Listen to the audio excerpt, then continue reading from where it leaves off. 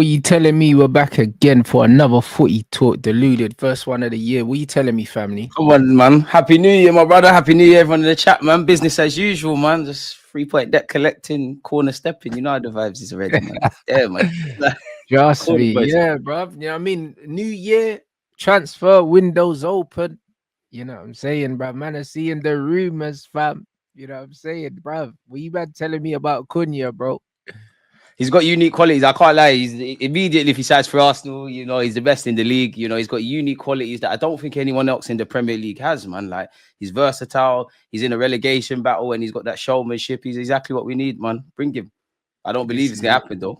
Yeah, me neither. But you know what I mean? It's one of them ones where he's an Arteta player, innit? Arteta loves the Swiss Army knife. You know them ones, them players. The vibes, man. You know, Arteta. No positions on the pitch, blood. We don't do that. We're fluid. Everyone can do everything. Centre mid's playing left back. You know, we do this thing, man. Your manager could learn a thing or two, man. Nah, bro. This is what it is, bro. So like, I can see the angle. I can't see it happening. Though. You know what I mean? It's the bro. Listen.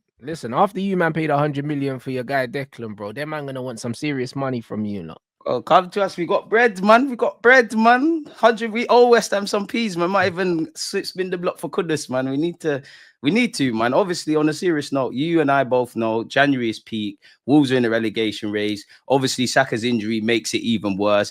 It's like Arsenal have to, when you look at the Cunhas and Kuduses and all these guys, for me, bro, it's put the money down. If you're not going to put the money down, find lesser profiles in it that are more affordable. But come the end of the window, we need to have an attacker. Even with Bukayo Saka, it's looking bleak for trophies. So without him, boy, have to act, man. Should have acted in the summer, really, but we're here now. Yeah, this is what I'm saying, bro. Like, obviously, if you had to strengthen, where would you say that you actually need to strengthen? In general or now? Now, in January, if you're going to do any business.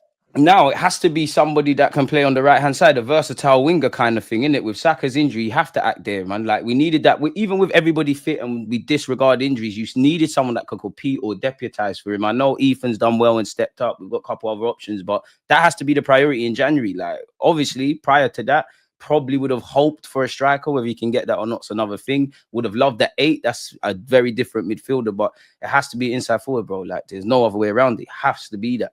Has to. What kind of 8? Because what is Marino then, and what is Rice? Like, rants like that, man. You know they're not really 8s, bro. You know they're not. You know what I'm talking about. The Cesc Fabregases, the Santi Cazorlas. I know, but bro, but I'm saying if they're not that, then why is your manager buying them for that?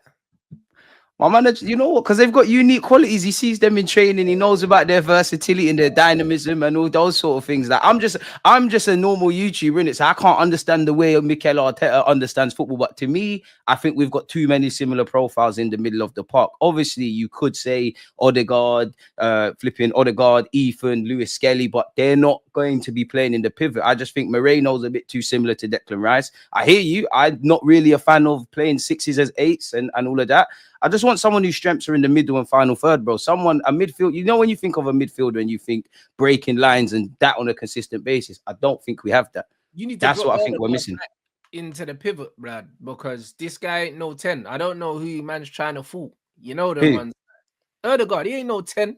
He's waving now. He's 8.5. He's 10. He's everything. He's waving. He's waving. 8, blood. Like, this brother ain't no 10, man. He is. I haven't seen a player play that role like him. In my opinion, he's got the most difficult job, not only in this Arsenal team, but in the Premier League. My guy, like, he leads the press. He drops deep. There's very few players that can do what Odegaard does. Like, I don't want to overrate him, but I haven't seen a player like this since Mesut Ozil at the Emirates, man. Hey, come on, man. What does he do? Man said can't do what he does, bro. This guy just keeps the ball, bro. But that's for players further back. No, but that's an underappreciated skill. You look at Bruno. You would love someone who keeps the ball, bro. I agree, but the thing is, the areas that Bruno gets into, yeah, like when Odegaard gets into them areas, bro, like he's not even he's not threatening, bro. You know what it is. You have to watch when you watch the game, you don't necessarily see Martin Odegaard. You have to watch the game without the ball. The spaces he takes up. He's a facilitator. Watching the game and yeah, exactly. Facilitators are not 10s, bro. Nah, he is. He facilitates the creativity. He does everything. Odegaard does it all, man. 10s are not facilitators. Like, yeah, he's creative, man. He's mad creative. 10s are the system, yeah. The 10s have to be the system. He is the system, man. That is us. He's the lighthouse, man. Bro, he's not the system. If you Odegaard's not Arsenal system, if you remove Martin, Odegaard is the most important player in Mikel Arteta's system. Brother, bro. You don't create with or without him. That's on Mikel Arteta. We do create. You see us from open play. Your system is Bukayo Saka, really. If we're like, nah. It's Odegaard, bro. Odegaard leads the press. He pulls out to the right hand side. He drops and receives it off the centre backs. I agree with you in that. In general, yeah, I think I would like to see Odegaard playing that pivot because I think you would lose that kind of partnership with Bukayo Saka, but I think the team would benefit from that. This is why I think we need an 8, bro. Because when we had Granit Xhaka, Partey, and Martin Odegaard, what was it?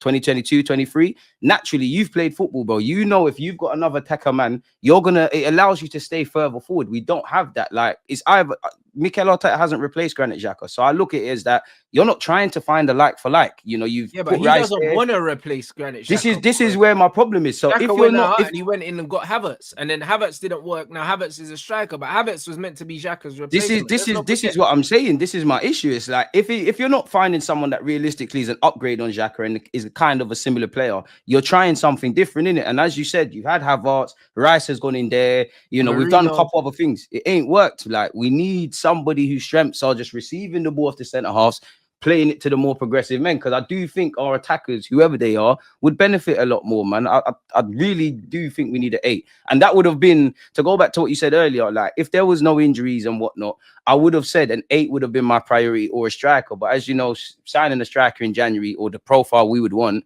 it's a myth. It's even difficult in the summer. No, 100%. Like, when you're looking at this team, I don't know, bro. I don't know. I think Odegaard's your 8.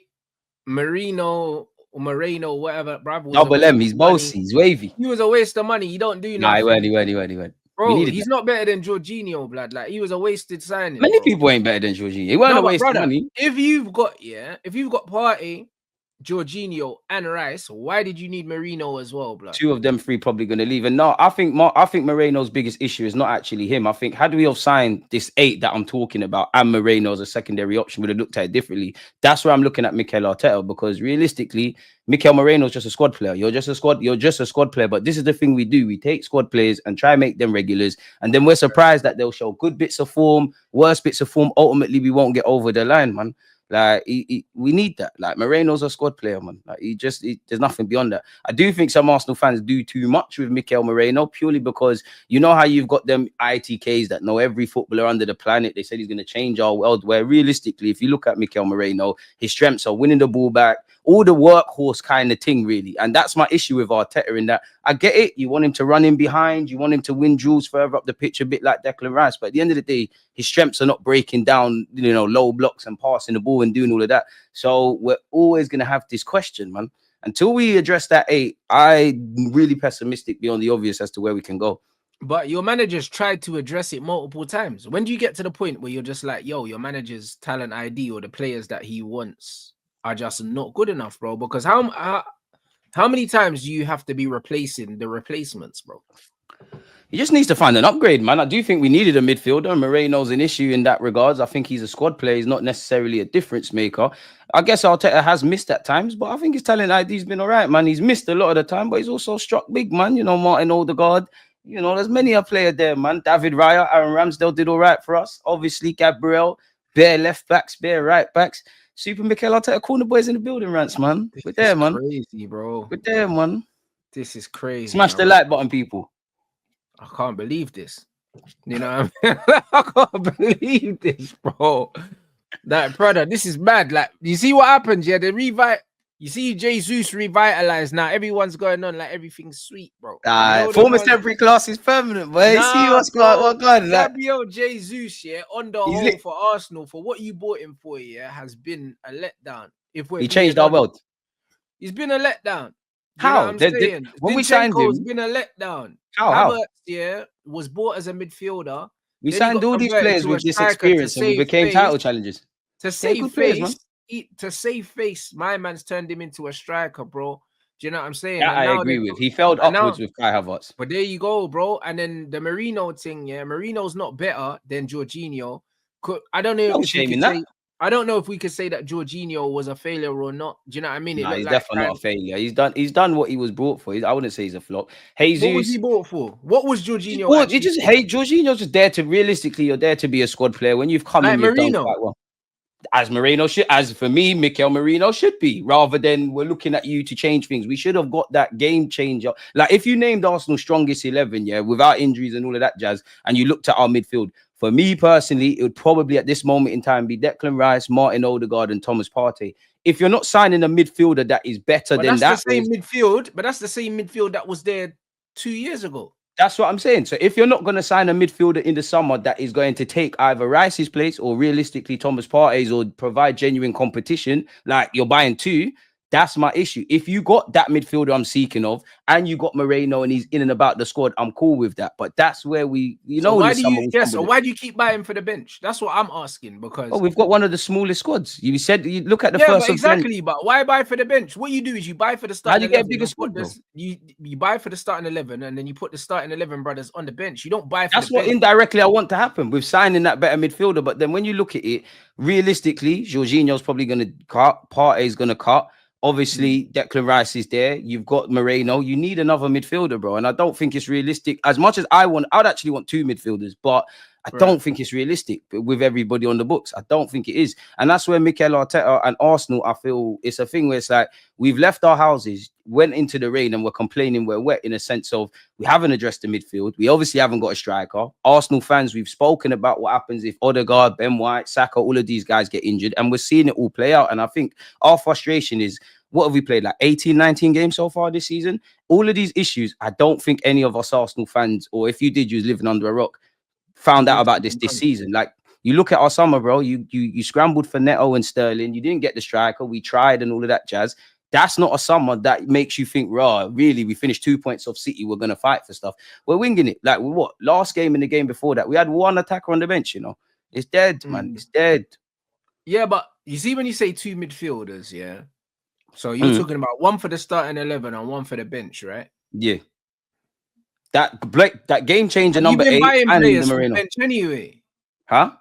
But you've been buying players for the bench anyway. This is what I don't understand. Like when you look at this Arsenal team, if I look at this Arsenal team right now, objectively, you need a left winger because Martinelli's not good enough. Nah, he's cold. He's back. He's cold. He's not good enough. You need a left winger. He's cold. Brazil, you need a left winger. You need a striker because Havertz ain't good enough.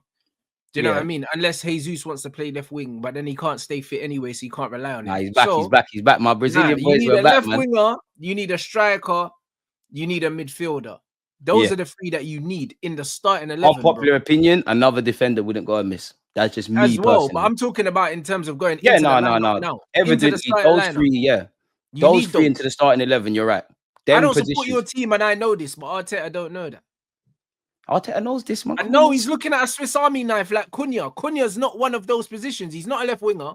You got to be able to play multiple positions in today's day and age, man. You got to be versatile, man. Different horses for different courses, man. There's, as Arteta said, there's starters and there's finishers or impactors.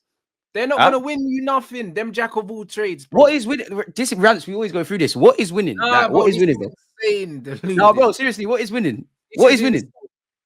Because I'm seeing someone like Gabriel Jesus that's been stinking up the place for over a year, hasn't let his head drop, has turned his form around. For me, that's winning. Winning is going to sleep, waking up, no matter how bad your situation is, and having the desire to be better than you was yesterday, man.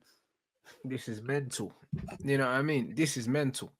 I'll be honest. Like, you, man, you need specialists now. You're at the point where you finished 2nd in the league twice. I don't look at the league table. That's news to me. You need players that you know what you're going to get from them when you put them where you put them. You can't sign a player like Cunha, and then try a thing up front. You don't know how it's going to go. No, that's not Rant. If I see him play up front, I'm not on that. He's not I'm not on that. I'm not on the Cunha up front thing, man. Like, that's where I agree with you in that. Don't get twisted. I'm having Cunha. He's probably better than everyone, Barbie up Bukayo Saka. He's obviously can play in a number of positions, Premier League proven, all of that jazz. But I agree with you in that, bro, are you a specialist? Because realistically, if we name everyone, you're probably going to play on the left-hand side. We can do a thing with you up front here and there, but that's where I agree in that. I hear it. In the modern day, you have to be able to play in a couple of roles. And there's very few players at Arsenal that play only one position. But we do need that specialist number 8. We do need that striker. And we do need that winger. I agree with you. We need players that just answer the questions, man. That's what we don't have. This is the problem. You keep bringing in man. And if anything, they're throwing up more questions. Because that's what this is what I said last live stream, bro. I said, this is what I said last live stream, Rants, man. I said, if we want to keep doing this, be competing, quote unquote, and being about, then yeah, you've got enough. But if you want to get over the line, which is, even if you do all of this, it's easier said than done. This is now you need to know who's getting X amount of goals. If this one's injured, who's doing that? Who's even offering us 50% on that left-hand side of what Saka is doing? Because realistically, you can see all the holes in the squad. And it's a madness how, on the face of it, I'm not optimistic about us winning trophies, but realistically, you're still in with a chance of competing. And that's what I mean about this club. It's a mixed bag. There's always enough to get excited about, and then there's always enough to kind of mentally check out. Personally, as I said to you in the summer, when I see the summer that we had, it's a myth because you need a lot of variables to fall into place now. It's tired, man.